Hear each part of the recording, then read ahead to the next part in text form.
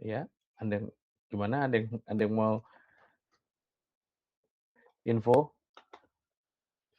Untuk tugas besarnya, kelanjutan dari apa namanya, projeknya, eee, dikumpulkannya, Ibu ada ini nggak, ada guideline-nya nggak? Belum ada itu, Pak, Belum ada. setahu saya. Jadi waktu itu, informasinya seperti apa ya? Untuk saya konfirmasi dulu nih. Jadi kalian sudah dapat tugasnya apa belum? Sudah dapat tugasnya, tapi untuk, terakhir ngumpulinnya belum tahu ya, Pak. Cuman Oke pas itu dibilangnya, 3 pertemuan terakhir nanti, akan ada dosen dari MK gitu, Pak. Bukan saya oke lagi gitu, gitu. oke. Terus, tugasnya sendiri-sendiri atau, eee, kelompok? Untuk laporannya per kelompok, Pak. Laporan per kelompok, oke oke. Nah, jadi harusnya laporan sebenarnya sampai ke RAB ya. Jadi kalau, Ibu menyampaikan ke saya, jadi kalian, laporan dari desain awal jalan ya, kemudian sampai dengan, eee, RAB, sebenarnya sampai situ. Tapi memang kan di RPS-nya itu ada mengenai penjadwalan ya. Jadi kalau misalnya ada yang memang sampai penjadwalan, karena saya ngelihat dari beberapa, tugas besar yang sebelumnya, memang ada yang sampai dengan penjadwalan, tapi ya emang ada yang sampai hanya di, eee, apa namanya, sampai di RAB gitu. Jadi kalian desain jalan sampai dengan biayanya kasarannya berapa. Oke, sampai dengan biaya, ada yang ingin bertanya dulu nggak? Kelompoknya ada yang mau asistensi atau enggak? Nah, ini kan pertemuan terakhir ya.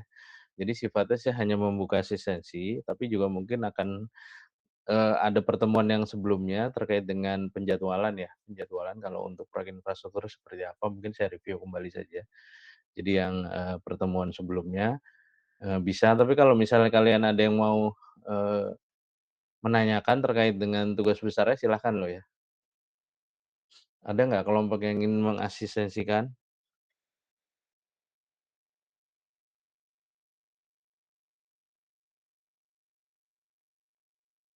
Nggak ada? Kelompoknya siapa aja sih? Di sini ada 1, 2, 3, 4, 5, 6, 7, 8, 9. Oke, kelompok yang pertama siapa?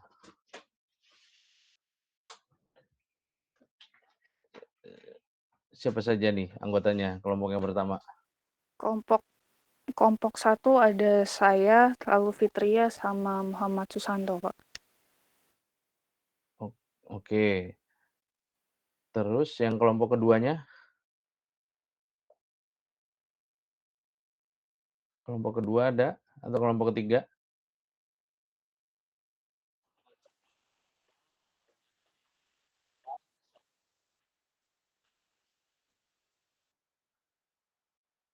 Oke. Anggota yang ketiga nggak ada ya? Oh ada, oke. Oke, baru join. Terus kelompok selanjutnya? Kelompok tadi Bramwinta ini ya, kelompok 3 ya? Kelompok 2, 1, 2, 3, 4, 5, 6, 7, 8, 9, 10.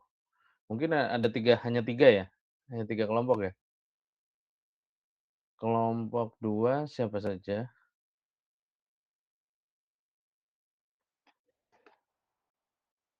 Nggak ada. Ini Aryo nih kelompok berapa nih Aryo? Aryo, Laurentius, Elna, Bapak izin kelompok 2 ada heeh, saya, Liz Fatima, Lorenzius, sama Elna, Pak. oke, jadi berempat ya? Oke, Bertiga, Bapak. bertiga, oke. Ya,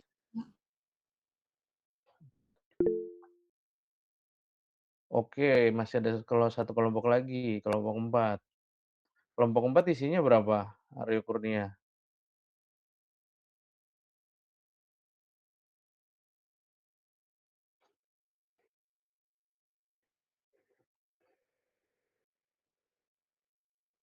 Yang kelompok 4 siapa kelompok 4? sendiri. Oke, sekarang saya mau tanya nih untuk kelompok-kelompok 1, 2, 3 plus Aryo Kurnia, saya mau tanya doang, hasilnya udah ada belum progresnya? Untuk kelompok 1 baru progres pengumpulan data seperti HSPK, terus sedang menghitung untuk Heeh, koefisien efektivitas alat berat sama HSP-nya, Pak. heeh. Ini karena saya diminta Ibu untuk kawal tugasnya nih.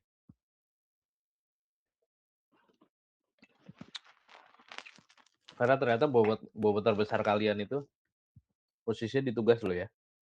Jadi UAS mungkin tetap akan ada UAS ya sebagai untuk nilai pribadi ya, tapi mungkin nanti porsi terbesarnya di tugas besarnya ya. Jadi harapan saya, bisa dengan baik.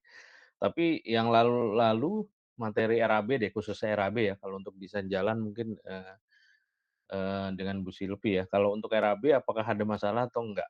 Gitu aja. Ada yang ingin dikoordinasikan, ada yang ingin ditanyakan, atau ada data yang kurang, atau masih ada yang izin, bingung? izin bertanya, Pak.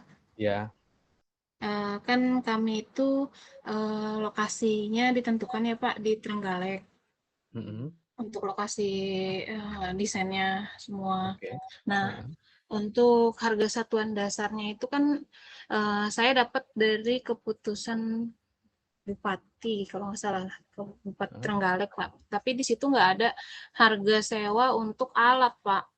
Mhm. Itu saya boleh pakai yang terdekat nggak sih, Pak? Misalnya dari Tulung Agung gitu, Pak, untuk harga sewa alatnya, dasar satuannya gitu, Pak. Oke, harga sewa alat ya? Makasih. Iya, Oke. Pak. Makasih, Pak.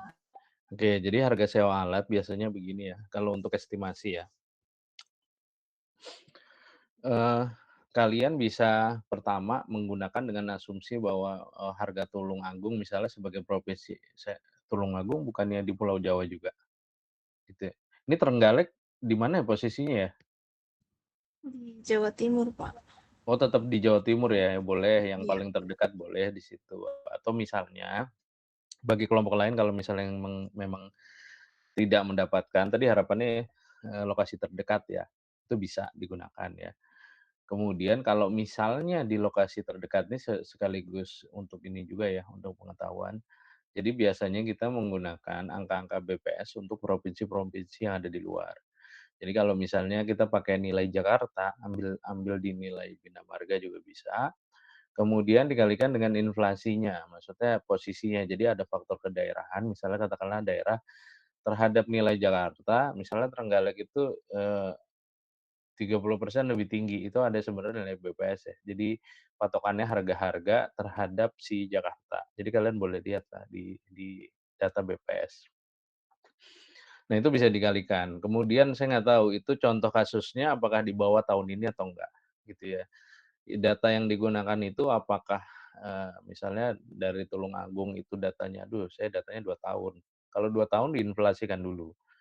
Kalau misalnya datanya daerah, di BPS ada, gitu ya. Tapi kalau misalnya memang mau terdekat ya nggak masalah. Jadi ada dua itu pendekatan, gitu ya. Sama halnya misalnya kalau ketika kita juga dapat proyek tiba-tiba di Jayapura, nah itu bisa langsung pakai harga itu, gitu ya. Walaupun mungkin kalau sebenarnya ada sih, kalau misalnya kita pakai buku yang tebel itu ya, analisa harga satuan, eee, setiap daerah provinsi provinsi di Indonesia tuh ada, gitu ya. Kalau misalnya kalian, benar-benar terjun gitu ya, tapi memang harus ada sampling. Nah, kalau untuk tugas besar ini ya kalian boleh pakai nilai yang itu.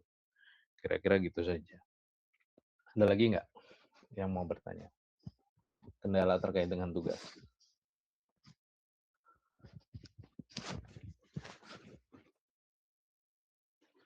Oke, mungkin saya kasih gambaran ini dulu ya, materi yang sebelumnya ya. Jadi kaitannya dengan, LOB, line of balance. Jadi materi saya sebagai dari sisi MK itu sudah, eee, clear gitu ya. Sebenarnya sudah ada di materi yang saya sampaikan di pertemuan sebelumnya, tapi saya agak-agak ragu biasanya apakah memang, kalian itu sudah mempelajari atau belum gitu ya. Oke sebentar.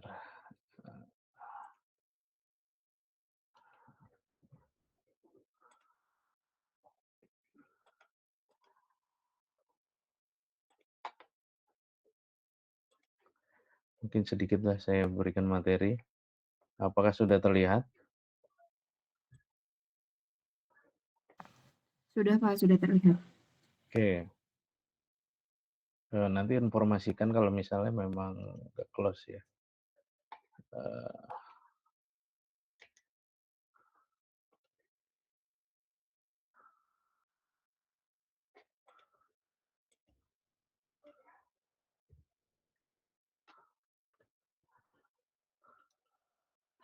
oke, kalau kita bicara terkait dengan materi ya, sebenarnya yang pertemuan ini kita bicara laporan teknisnya, tapi saya nggak tahu apakah kalian sudah sampai, tapi kalau berdasarkan, tadi teman-teman sampaikan, kelihatannya masih proses di perhitungan RAB ya.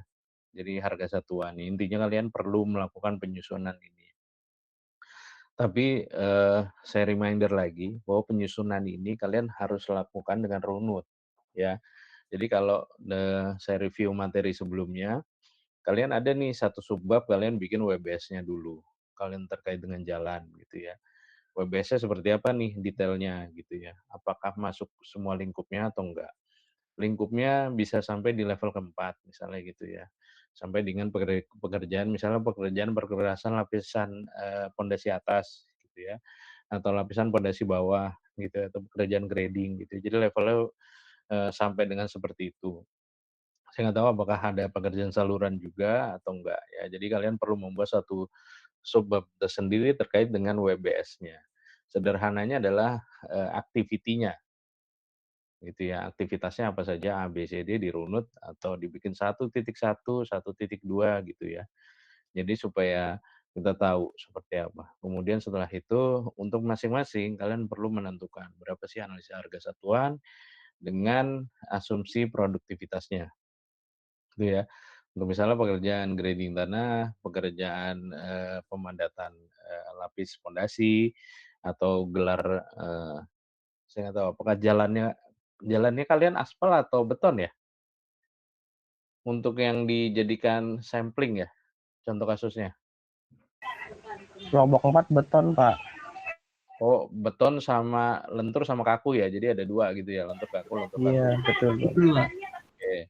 Jadi kalian perlu, sampai ke situ, tapi kelihatannya saluran sih enggak ya, jadi hanya perkerasan saja gitu ya.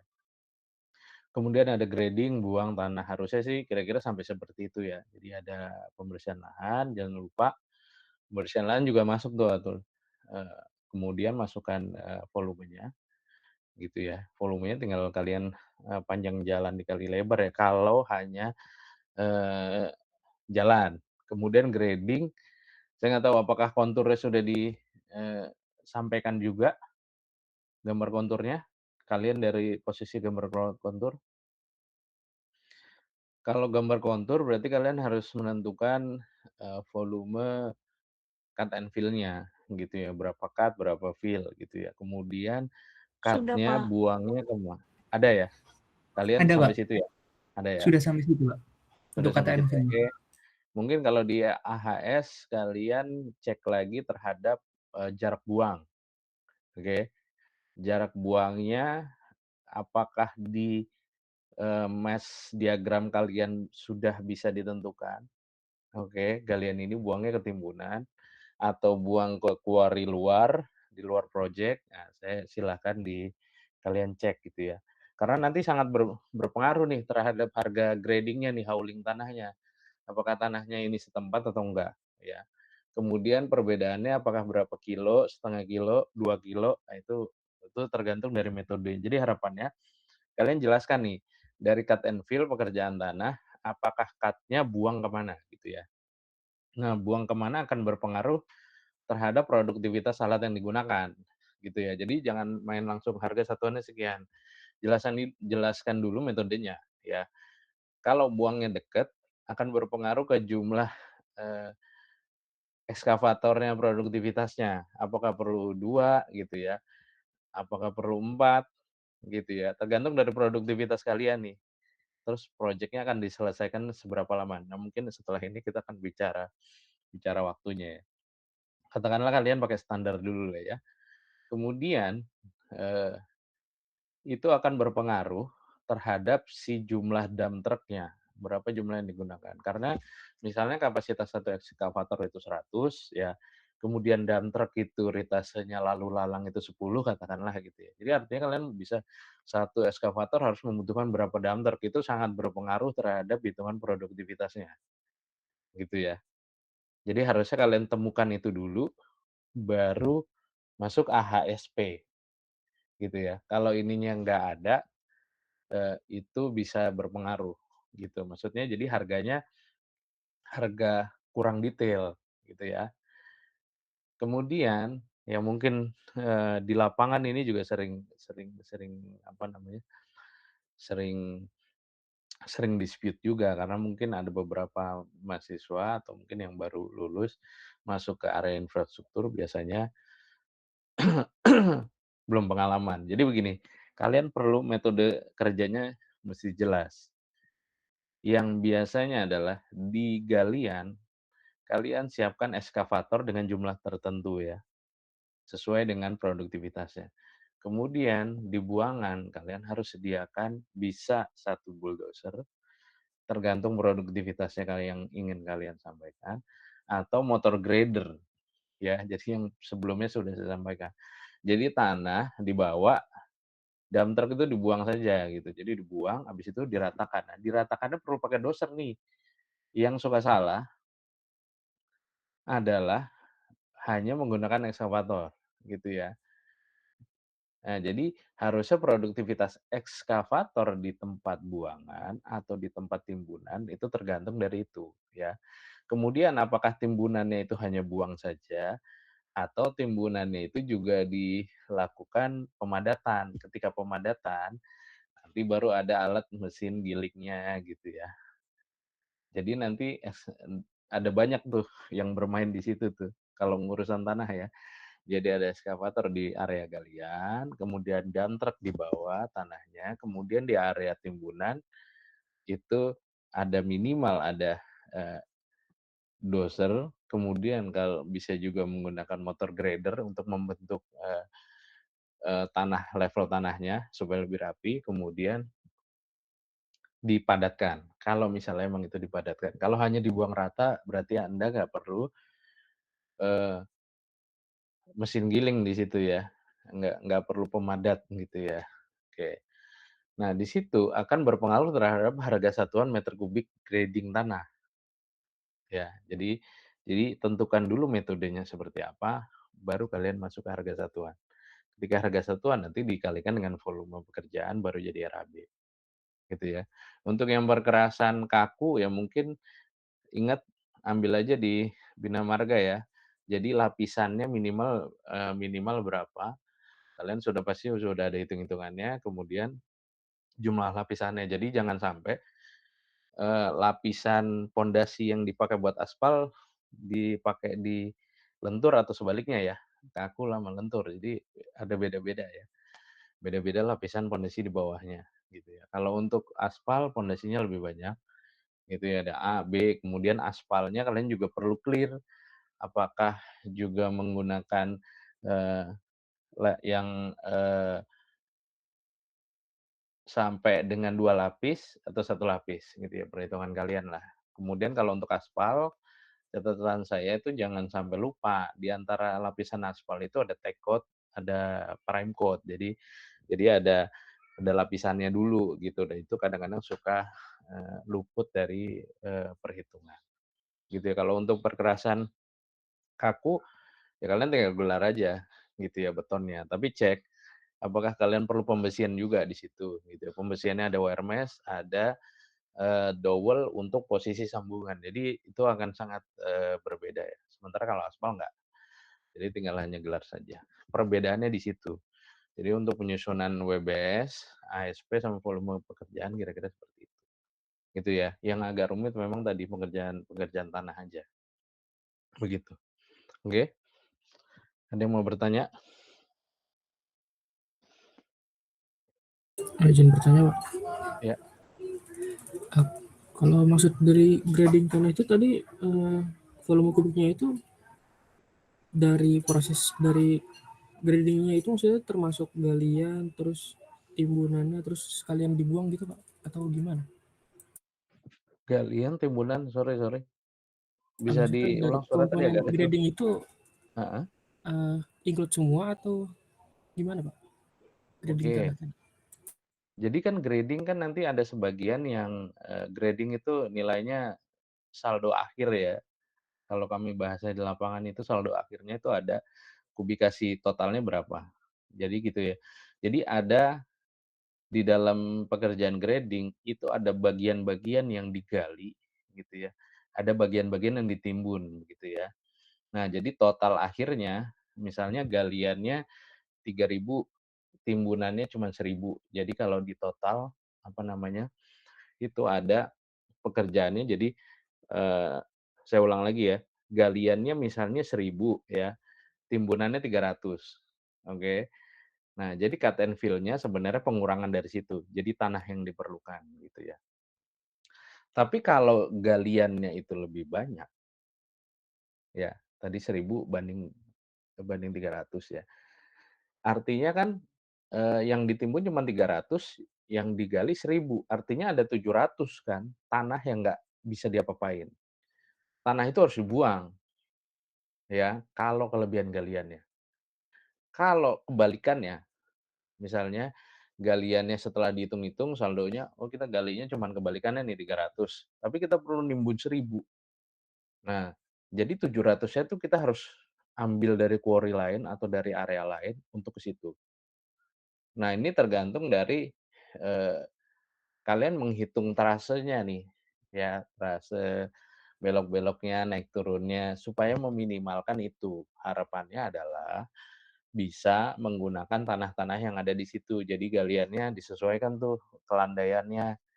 Jadi supaya nggak terlalu banyak tanah yang dibuang keluar ataupun tanah yang diambil dari luar gitu. Biasanya ya kecuali netnya impas ya. Jadi galiannya 500, timbunannya juga 500. Jadi kita udah bisa ambil dari situ gitu. Jadi galian kita nggak perlu impor tanah dari luar kira-kira gitu. Itu secara konsepnya. Oke, sampai situ clear atau masih ada yang perlu ditanyakan? Atau masih ada yang kurang jelas? Paham Pak? Jelas. Jelas ya. Nah, kalau di lapangan yang sulitnya adalah di antara dua pilihan itu kita lebih mudah adalah melakukan pembuangan tanah sebenarnya dibandingkan dengan kita memerlukan tanah. Kalau di lapangan ya, kasus-kasus di lapangan. Karena apa? Kalau misalnya kita ternyata butuh tanah lebih, ya itu susah tuh. Terkadang kita mau cari di mana tuh tanah, gitu ya. Sementara kita nggak bisa nimbun.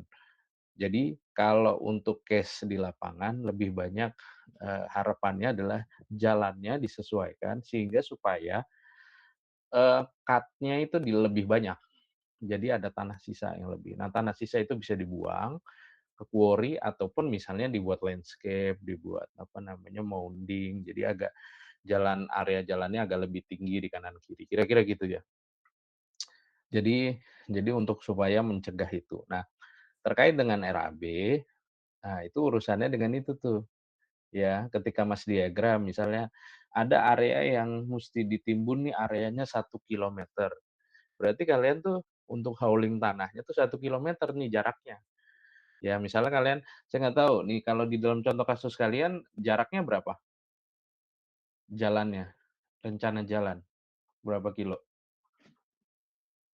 3 Pak kalau di kelompok 4.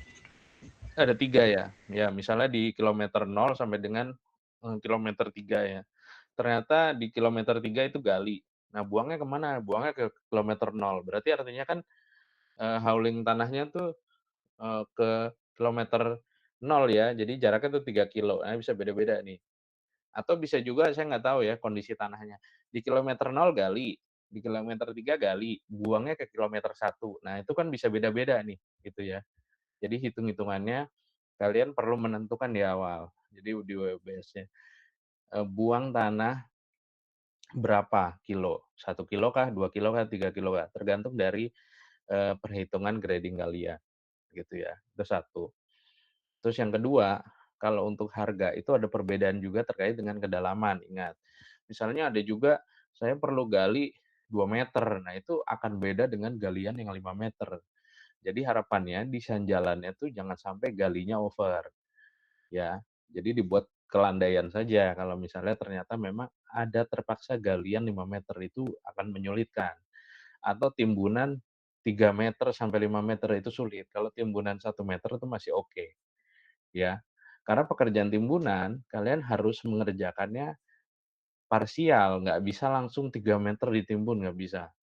Jadi harus, per layer, per 30 senti dipadetin, 30 senti lagi dipadetin, itu akan berpengaruh terhadap ininya, terhadap harga satuannya.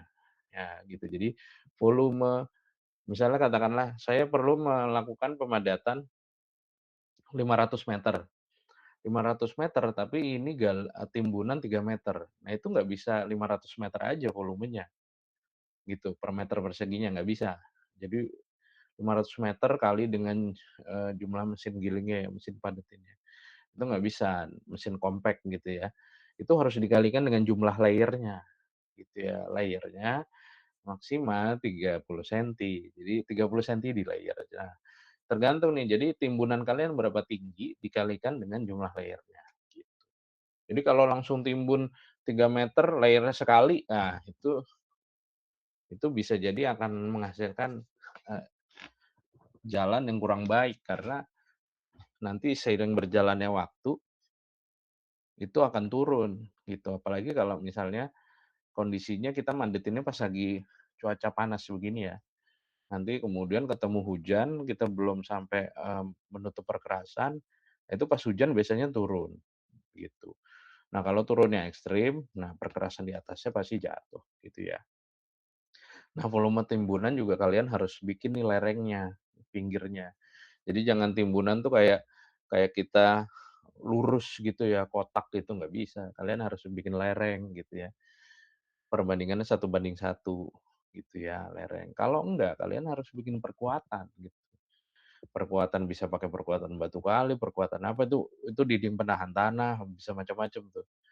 Jadi lebih murahnya menggunakan apa namanya, talut tapi menggunakan tanah dengan kemiringan 1:1 gitu. Nah, di situ kalian perlu tanah. Jadi nggak cuman di potongan memanjangnya, kalian perlu cek potongan melintangnya seperti apa. Gitu ya. Ada lagi yang ingin bertanya?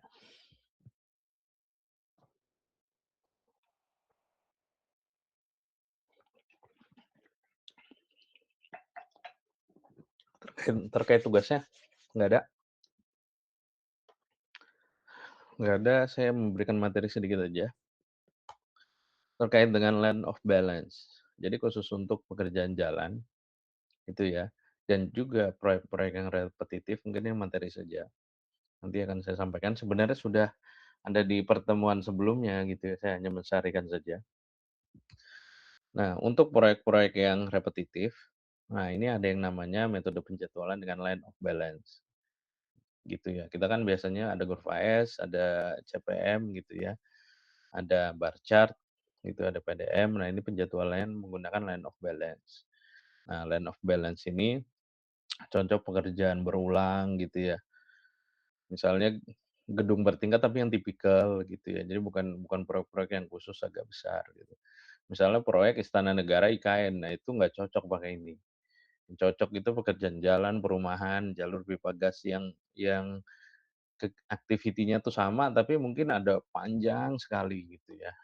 Dan baiknya adalah maksudnya gini, ketika kalian bikin misalnya, pekerjaan pemadatan tanah, habis itu kalian lapisan pondasi bawah, kalian menggilingnya gitu ya, dipadetin dengan mesin giling.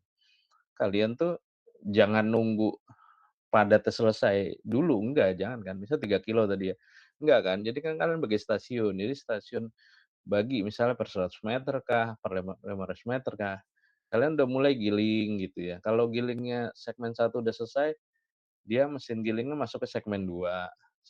Segmen satu yang sudah selesai berikan mesin giling, mulai dikasih pemadatan. Jadi pekerjaannya paralel ngikutin gitu ya, disusun lagi.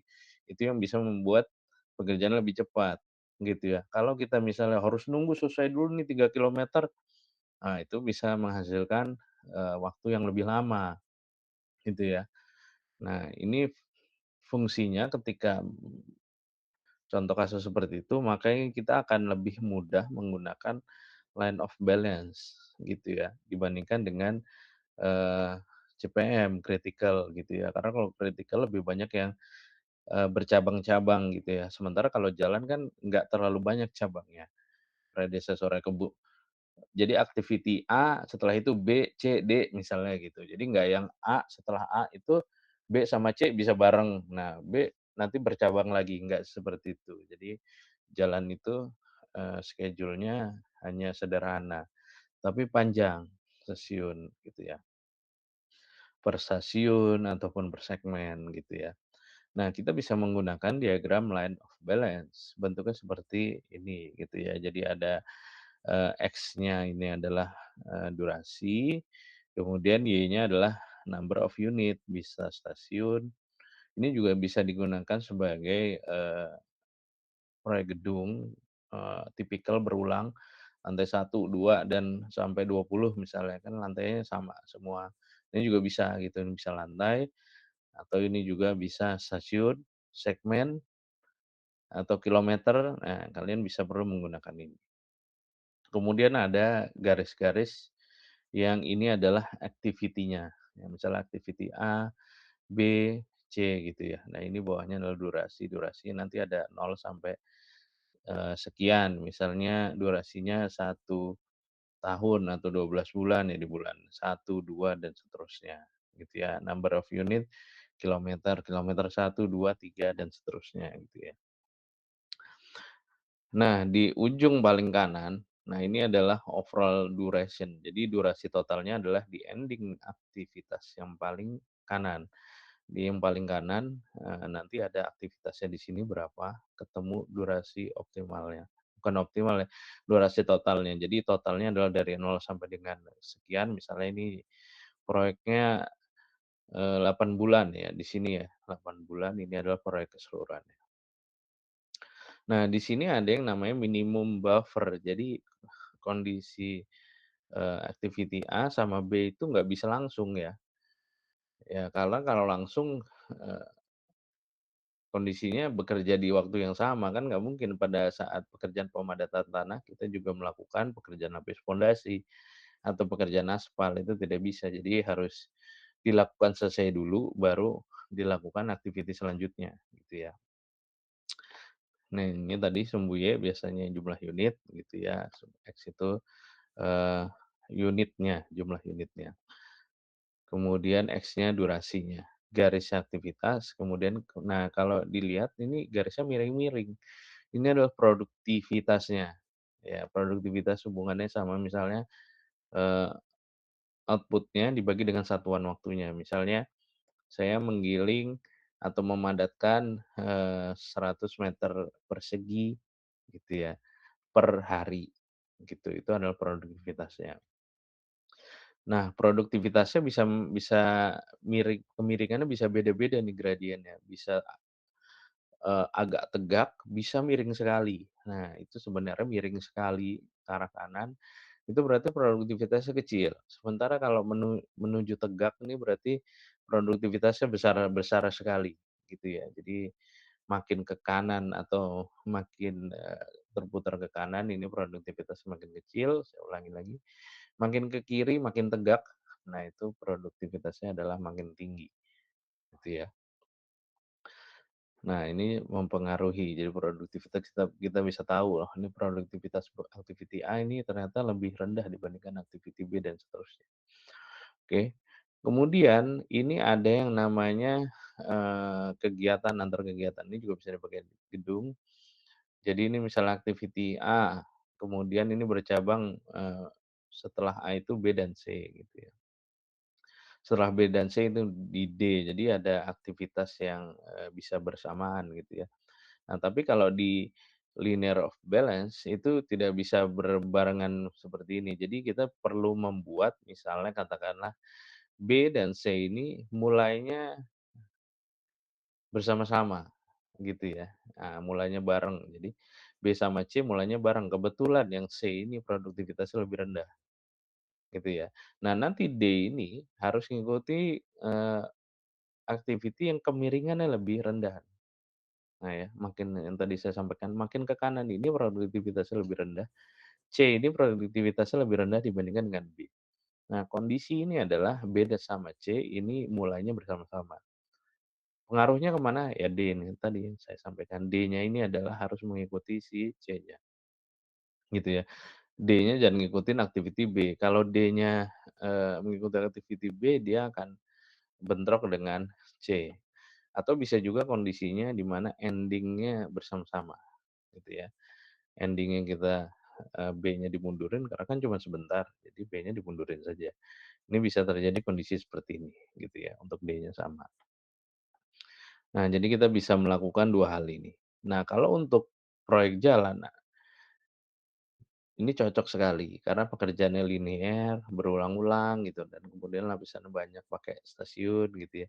Berurutan, produktivitasnya relatif relatif walaupun tidak sama, relatif konstan. Jadi artinya kita akan lebih mudah menggunakan linear of balance gitu ya. Nah, hubungannya sama tugas kira-kira seperti apa? Memang di tugas itu tidak mengharuskan, tidak mewajibkan kalian membuat schedule.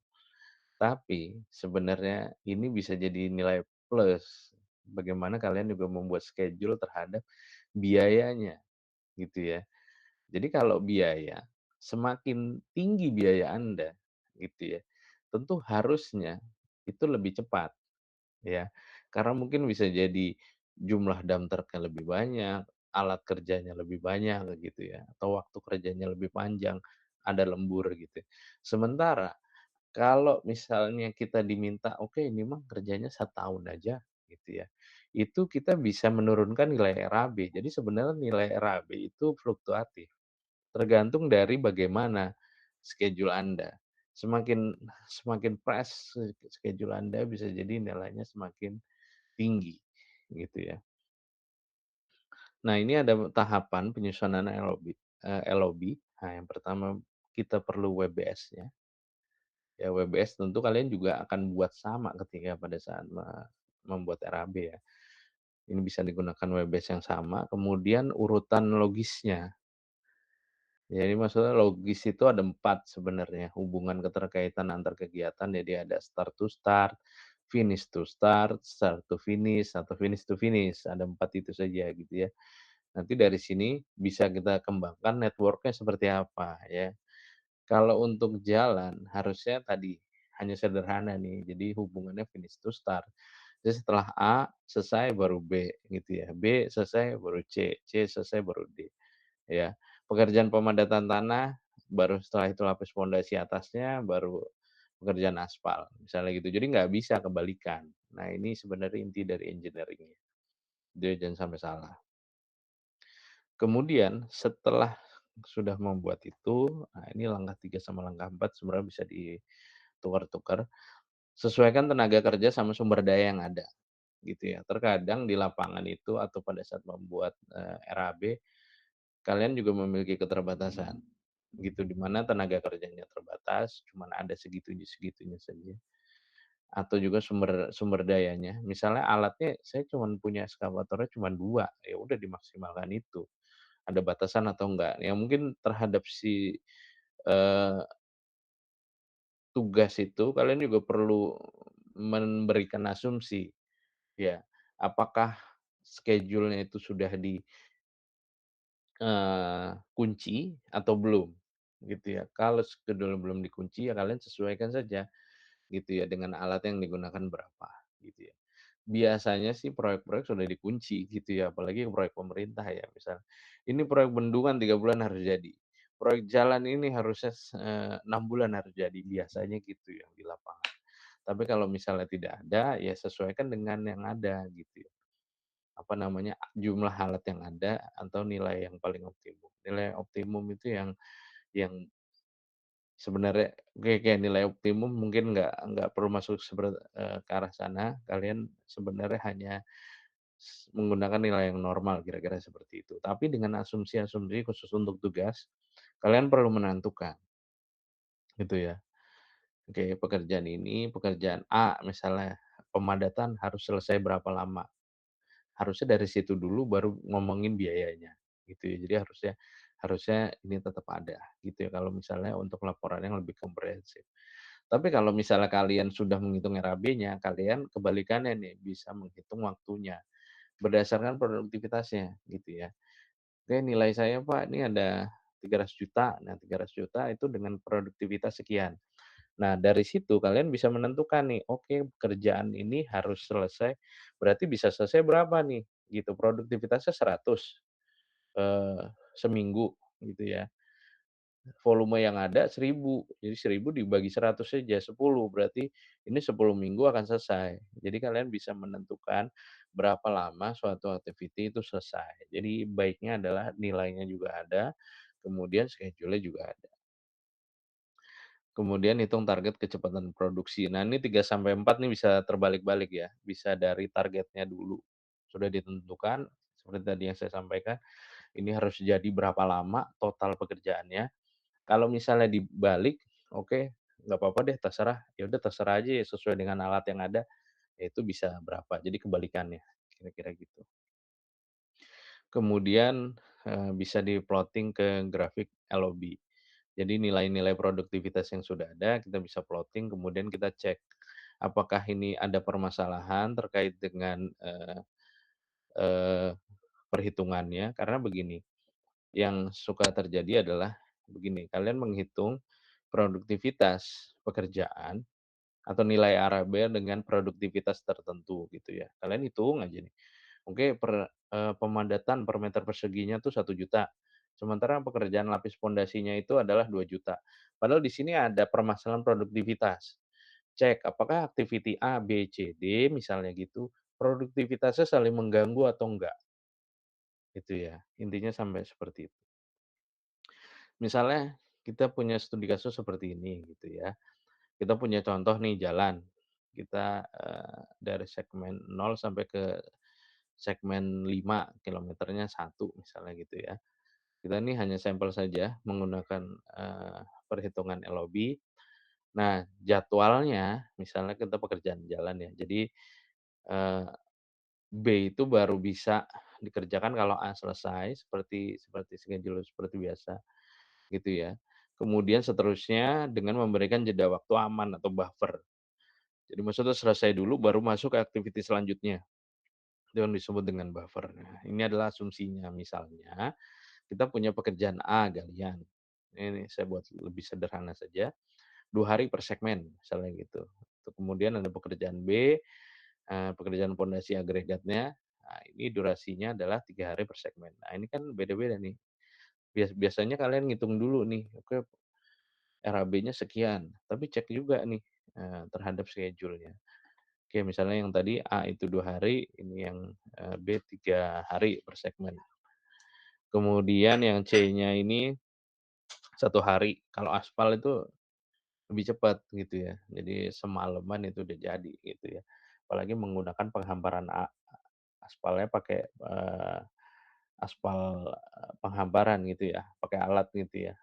Nah, itu bisa lebih cepat lagi dibandingkan dengan manual, karena di lapangan posisinya kita bisa melakukan dengan 2 cara itu ya. Tapi memang kalau penghamparan dengan manual, itu nggak terlalu baik gitu ya dibandingkan dengan, aspal ini ya, eee, sprayer gitu ya, jadi nggak merata, kayak gitu ya. Yang bagus adalah kalian menggunakan, alat gitu ya, penghampar aspal. Oke, kita punya studi kasus ini, maka kita kalau bikin LOB-nya seperti apa? Nah, kita cek nih masing-masing ya. Kita punya produktivitas ini. Nah, 2 hari, 3 hari, 1 hari. Ini tergantung dengan alatnya ya. Ini saya langsung berikan contoh kasus.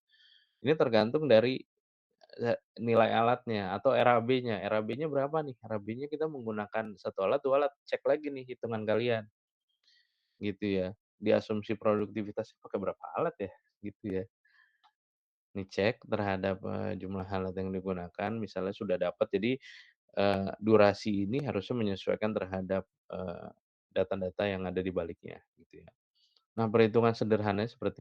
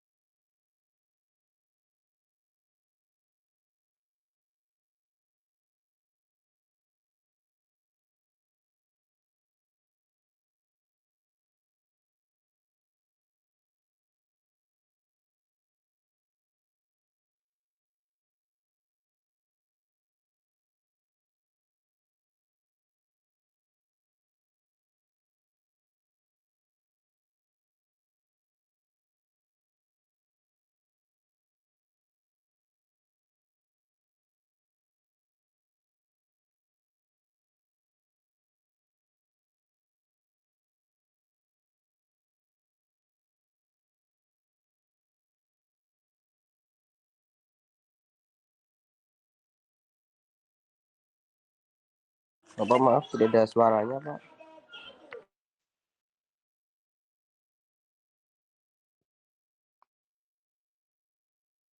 suara udah masuk? Sudah, Pak. Tadi Sudah ya? hilang suaranya. Hilang pas di mana tadi itu? Sebentar. Pas penjelasan saya di mana nih?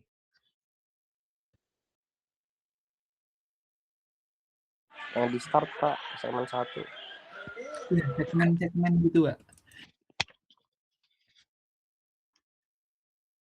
Ya, di mana? Dari mana?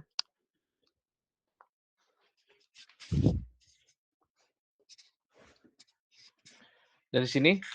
Atau ada perlu saya lebih mundur lagi? Untuk start bagian 1 Pak. Start bagian 1 ya. Oke, start bagian 1, segmen 1 kita mulai di yang bagian 1 ya, hari pertama ya. Nah, selesainya activity A atau galian di segmen 1 karena ini produktivitasnya atau durasinya 2 hari gitu ya. Nah, ini kita isi 2 gitu ya.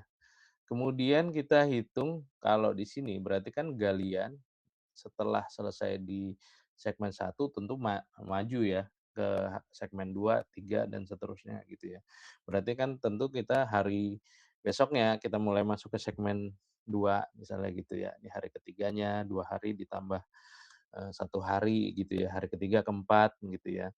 5 ke-6, 7, 8 seterusnya gitu ya. Jadi artinya ini mesin giling selesai di hari atau hari deh ya, nih hari ke-10 ini udah selesai gitu ya. Jadi ini posisi mesin giling atau mesin compaction gitu ya. Jadi mesin pemadatan, hari ketiga kita bisa tahu bahwa dia berada di segmen 2 gitu ya. Misalnya hari ke-7 dia ada di segmen 4. Ini rencana ya. Infrastruktur karena, hubungannya sama cuaca. Jadi terkadang, waktu-waktunya tuh belum tentu. Oke, setelah ini, maka kita bisa mulai pekerjaan untuk pondasinya. Nah, pekerjaan pondasi misalnya katakanlah menggunakan alat yang berbeda dibandingkan dengan galian ya. Misalnya di sini ada bulldozer, ya di sini ada, compact gitu ya, mesin giling atau misalnya yang tadi pemadatan, mesin giling pertama, mesin giling kedua. Ini adalah alat yang kedua. Nah, alat kedua tentu mulainya setelah ini selesai, tadi kan asumsinya ya, menggunakan setelah pekerjaan A selesai. Jadi pekerjaan B di segmen 1 akan mulai di hari ke-3 ya, karena hari kedua ini baru selesai untuk galiannya, baru masuk pondasinya gitu ya. Baru digelar base course-nya, kemudian dipadatkan. Nah, di sini disampaikan bahwa untuk pekerjaan B lapis pondasi agregat tergantung dengan perhitungan dan lain-lain, supply base course gitu ya. Ya, karena kan supply base cost tergantung dari dump truck-nya, produktivitas di quarry-nya, tempat ambil batunya gitu ya. Karena misalnya misalnya kalian di Trenggalek gitu, ngambil batunya di mana gitu, kalian berikan asumsi gitu ya. Misalnya saya proyek di Jakarta, ngambil batunya dari mana nih, dari Bogor, dari Serang, beda, bisa beda, gitu ya. Oke, katakanlah 3 hari, maka nih hari ketiga ditambah dengan 3 hari ketiga, keempat, kelima, baru selesai di hari kelima gitu ya. Jadi masing-masing 3 hari. Kemudian hari kelima berarti besoknya hari keenam baru mulai pekerjaan pondasi yang di segmen 2. Jadi masing-masing ini tinggal tambahkan jumlah, 3 harinya dan seterusnya gitu. 6 tambah 3 8 gitu ya. Kemudian 9, ini 11, 12, 14, 15, dan 17. Ini adalah 3 hari 3 hari 3 hari 3 hari 3 hari gitu ya. Nah ini startnya nih maksudnya sudah langsung masuk ke pekerjaannya ya, jadi jangan sampai, "Ini Pak 5 dikurang 3 kan 2," gitu ya. Tapi hari ketiga sudah mulai, hari keempat juga bekerja, hari kelima bekerja, dengan asumsi cuacanya aman ya. Jadi ada 3 hari di situ ya. Oke, kemudian pekerjaan selanjutnya aspal 1 hari per segmen. Jadi di sini pekerjaan C ya tentu setelah pondasi selesai, base course-nya selesai, berarti dia di hari kelima baru, mengerjakan aspal. Karena cuma sehari ya finish-nya di hari yang sama, di tanggal yang sama, 6 gitu ya. Nah untuk segmen 2, nah ini berarti bukan dari C ini ya, bukan dari segmen 1 ngelihatnya, dari segmen 2 gitu ya. Karena segmen 2 baru selesai tanggal 8 gitu ya. Kalau ini 6 kerjakan nih tanggal 8 belum ada pondasinya nih, masih dikerjakan pondasinya. Jadi aspalnya tentu, di hari setelahnya gitu ya. Jadi satu hari, setelah pekerjaan pondasi B. Ini tergantung dari asumsinya. Oke, ini 17 tambah 1, 18. Kalau kita sudah dapat ini semua, kita langkah terakhir tadi kita bisa plot gitu ya. Kalau misalnya ini adalah, grafiknya tadi X-nya adalah durasi waktunya, Y-nya adalah segmennya atau kilometer atau stasiun dan seterusnya. Nah, yang kita plotting apa? Yang kita plotting misalnya pekerjaan A. Jadi kita perlu memplotting garis-garis sesuai dengan activity-nya. Jadi ini harusnya garisnya ada 3. Ada pekerjaan A, B, sama C. Ada 3 garis lah ya. Nah, plotting-nya seperti apa? Kita plotting dari nilai yang paling awal. Ya.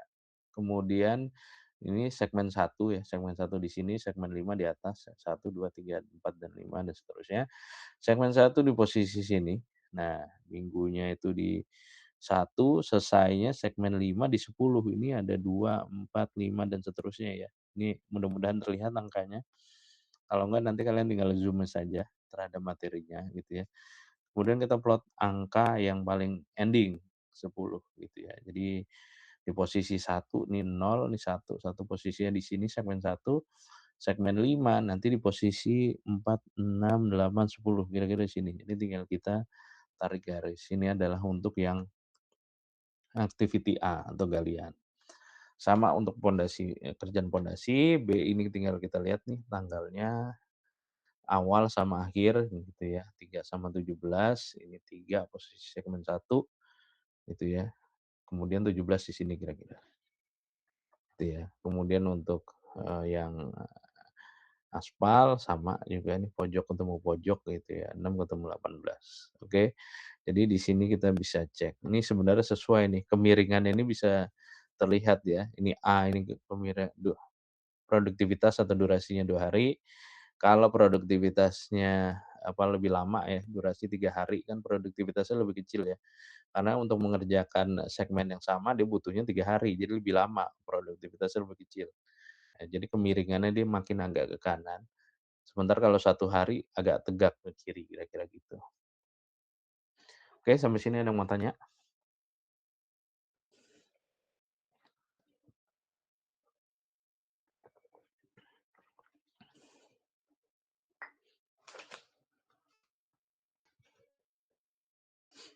Ada?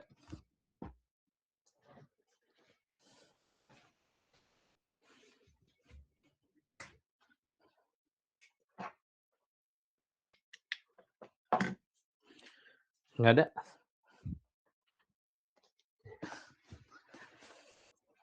Udah jelas? Nah, kalau grafik ini tidak saling berpotongan ya, nah ini berarti nggak ada bentrok nih. Ya, jadi aman nih kondisi lapangan gitu ya.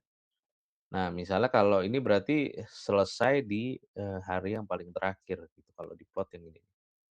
ya. Ini berada di hari ke-18. Jadi proyek ini selesai di hari ke-18. Kalau ingin mempercepat, berarti kita tinggal persingkat aja durasi di sini. Misalnya B dipersingkat, A dipersingkat, tapi hati-hati jangan sampai berpotongan. Ya, kalau berpotongan berarti itu ada kesalahan. Misalnya katakanlah kira-kira seperti ini. Pengaspalan C ini langsung dipaksa dimulai nih di hari ke-6. Jadi segmen 1 setelah itu langsung aja dimulai nih. Jadi misalnya kalau di lapangannya gini, biasanya subkonnya itu belum tentu mau dengan volume tertentu gitu ya. Kita punya volume misalnya 1 kilo mesti ngaspal.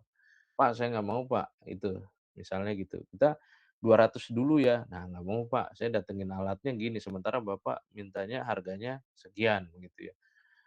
Jadi saya datengin alatnya udah berapa, mobilisasi alatnya udah berapa, jadi minimalnya harus, eee, 1 kilometer Pak saya ngaspalnya, kalau 200 meter saya nggak mau, gitu ya. Ya udah deh langsung deal 1 kilo, datang alatnya, langsung dikerjakan. Nah, kira-kira gitu ya. Nah, berarti, 1 segmen selesai dia nih, 1 segmen selesai, langsung masuk segmen lainnya, masuk segmen kedua, ketiga, dan seterusnya gitu. Jadi dikerjakan tanpa adanya mobilitas sama demobilitas alat. Jadi alatnya nggak segmen 1, habis itu dia pulang. Nanti dipanggil lagi, kalau udah selesai baru segmen 2 gitu ya. Enggak, ini mah dia langsung kerjasamanya, oke langsung aja segmen 1 sampai 5 karena dia ada minimum gitu. Karena kalian hitung-hitungannya salah misalnya gitu. Oh, langsung aja gitu. Nah, kita cek misalnya katakanlah di tanggal 6 langsung nih kita mengerjakan di segmen 1 tadi ya. Berarti setelah, segmen 1 selesai, kan per segmen sehari, berarti kan segmen 2-nya di tanggal yang besokannya gitu ya, misalnya gitu ya. Eee, jadi alatnya itu nggak perlu pulang dulu, kalau lebih dari 3 hari biasanya alatnya pulang dulu misalnya gitu ya. Nah, ini udah 7 hari atau misalnya dalam minggu ya. Nah, kalau 2 minggu alat di situ saya nggak mau, saya pulangin misalnya gitu. Nah, ini ya udah deh supaya alatnya nggak pulang jadi harus tetap kerja. Jadi, 1 hari selesai, segmen berikutnya gitu ya. 8, hari ke-9 segmen 4, segmen 5. Jadi ini adalah data-data untuk tanggal-tanggal pekerjaannya. Nah, kita plotting lagi di tanggal 6 sama tanggal 10 untuk pekerjaan aspal tapi dengan kondisi tertentu ya. Kalau kita plotting begini nih, jadi ini tanggal 6 sama tanggal 10. Nah, ini yang bermasalah gitu ya. Jadi ada yang disebut dengan perpotongan garis gitu ya. Nah, kalau perpotongan garis ini, ya kalau kalian bikin schedule-nya perpotongan garis, nah ini berarti adanya bentrokan lahan nih, gitu. Jadi artinya tim aspal gitu nih, ya jadi bisa dilihat di sini nih kalau tim aspal nanti akan rebutan kerjaan nih, ya di antara segmen 2 sama segmen 3 gitu ya. Jadi bentrok aspal masuk pada saat, tim tim yang lagi ngerjain pemadatan batu ya, ini juga masuk, jadi bareng-bareng bentrok ya. Jadi ini yang perlu kalian hindari gitu ya. Nah, langkahnya gimana ya? Tentu langkahnya ada berbagai macam cara. Ada 2 cara minimal, yaitu adalah mempersingkat durasi sebelumnya, aktivitas sebelumnya, misalnya gitu supaya tidak berpotongan, atau menggeser aktivitas yang berbenturan ini atau bentrok ini dimundurkan, gitu ya. Mungkin ini saya berikan contoh yang mundur ya. Jadi kalau mundur ini kita geser aja. Jadi dengan produktivitas kan yang sama ya, jumlah alat sama, kalian tinggal mundurkan saja. Ya, dari posisi D ini yang hijau ke menuju E gitu dengan kemiringan sama karena kan produktivitasnya sama di satu hari satu.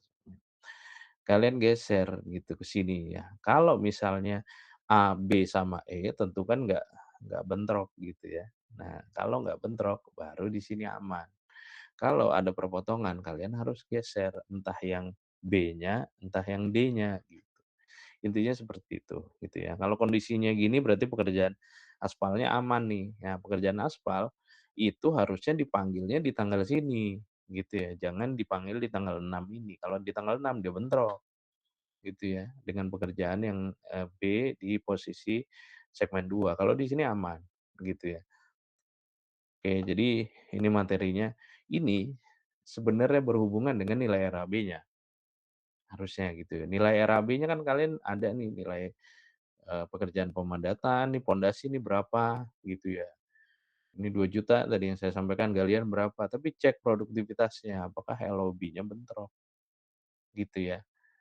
Kalau misalnya bentrok tadi ingin mempercepat, misalnya B-nya supaya nggak kena sama D nih, entah antara dimundurkan atau B-nya dipercepat, gitu ya. Misalnya B-nya akhirnya jumlah alat pemadatannya yang lebih banyak. Nah, ketika alat pemadatan atau eskavator atau apapun yang lebih banyak tentu akan berpengaruh ke harga. Itu yang tadi saya sampaikan di awal, bahwa sebenarnya biaya sama waktu itu, eee, ber saling berpengaruh lah ya, berhubungan erat, jadi hubungannya di sini. Jadi berapa lama proyek kalian, selesai. Oke, itu overview terkait dengan nilai RAB, WBS, sampai dengan, line of balance, gitu ya. Sampai sini ada yang mau bertanya nggak?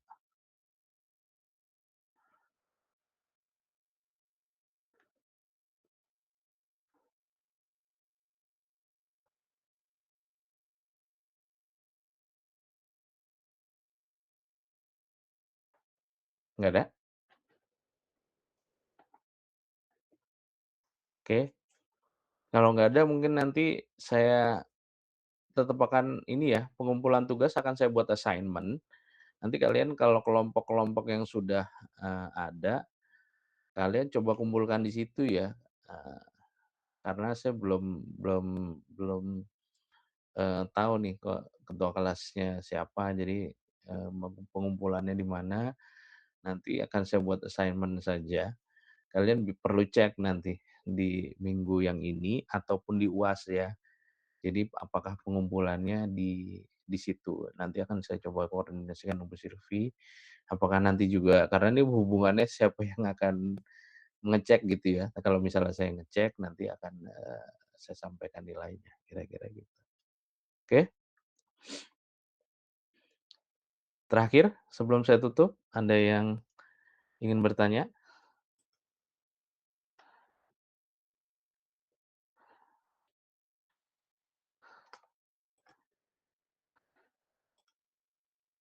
Belum, Pak.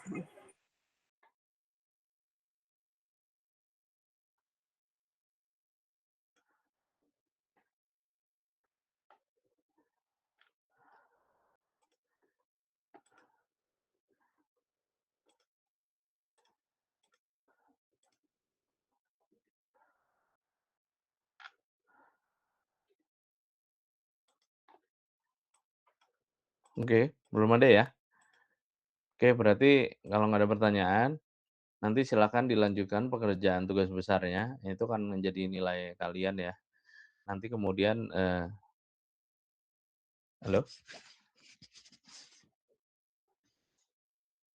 Masih terdengar, Pak? Masih ya? Karena di sini saya ada tulisannya koneksinya terputus.